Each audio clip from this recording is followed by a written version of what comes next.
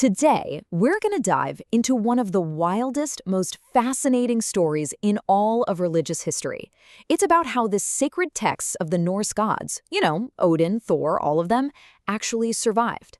And let me tell you, the answer is not what you think. I mean, think about it. It's a huge question, right?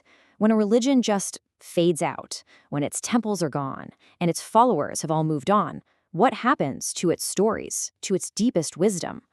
Well, for the Norse faith, the answer is a real historical puzzle. And there it is. That's the core paradox. The religion of the Vikings, a faith that Christians spent centuries trying to stamp out, was ultimately saved by Christians.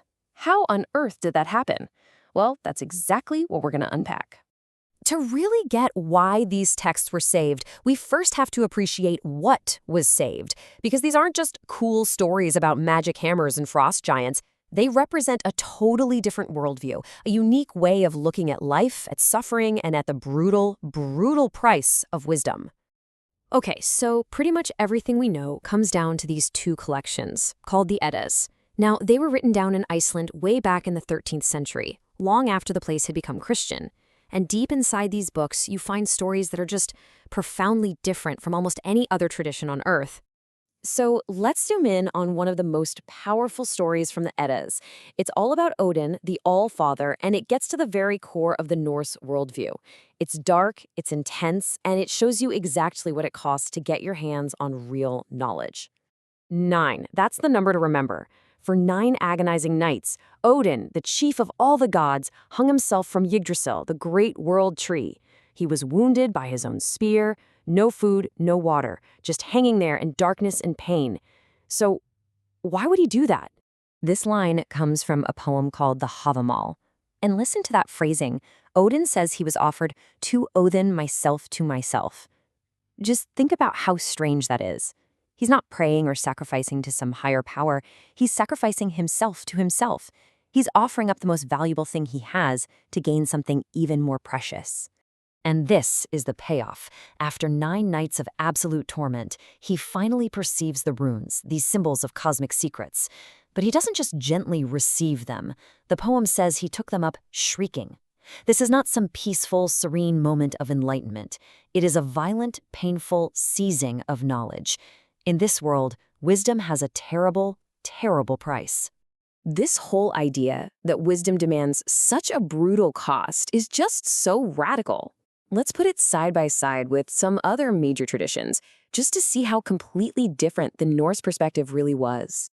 Okay, so in the Judeo-Christian tradition, wisdom, like the Torah, is given by God as a gift, freely. In Hinduism, the ancient scriptures, the Vedas, are heard by sages in deep, peaceful meditation. In both cases, the divine doesn't have to suffer to hand over this knowledge. But for the Norse, nope. Even the king of the gods has to go through absolute hell just to learn something new. Suffering isn't something to be avoided to find wisdom. It's the only way to get there. Which brings us right back to our central mystery. Why on earth would people who believed in a God of grace, a God who gives wisdom as a free gift, go to such amazing lengths to preserve stories about gods who earned knowledge through shrieking agony? The whole thing really comes down to one guy, Snorri Sturluson. Now, Snorri was a big deal in 13th century Iceland. He was a powerful chieftain, a skilled politician, a historian, and a Christian. And he's the one who wrote the Prose Edda, which is one of our 2 essential sources for all of this. So what was he thinking?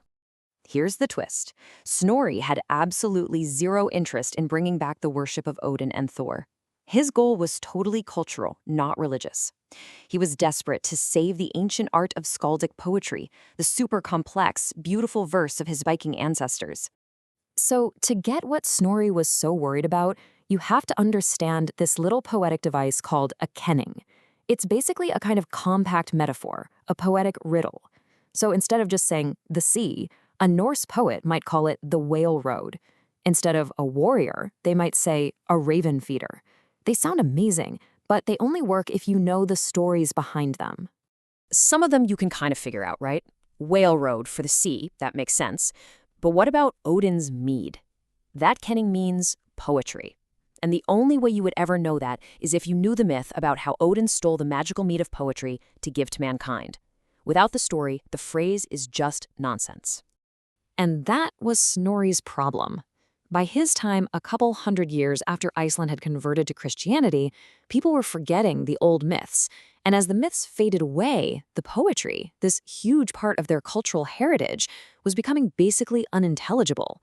A whole artistic tradition was on the brink of being lost forever. So Snorri came up with this brilliant, really logical solution. He wrote the Prose Edda to be a kind of textbook, a user's guide to the old myths. He retold all the great stories in a really clear, straightforward way. Basically, he preserved the myths, not because he believed them, but so that he could save the poetry that depended on them. So what's the legacy of this strange act of preservation? I mean, we have the stories, which is incredible, but what exactly do we have? The reality is, well, it's complicated. Thanks to Snorri and a few other Christian scribes, we have this priceless window into the pre-Christian Norse world. But we always have to remember that window is filtered. We're reading stories that were written down by people who saw them as folklore and literature, not as a living, breathing faith. And that's the big challenge for modern-day pagans. And for scholars, too. We have the texts, we have the myths, we know the characters, but do we have the soul of the religion, the context of the rituals, the deep meaning it held for the people who actually believed it? It's like we can see into the room, but we can't ever really know what it felt like to live in it. And that leaves us with this final, really powerful question. Norse mythology didn't survive because its believers wrote it down. It survived because its rivals thought it was beautiful. It's an amazing story of preservation, for sure. But it also makes you wonder about memory and authenticity.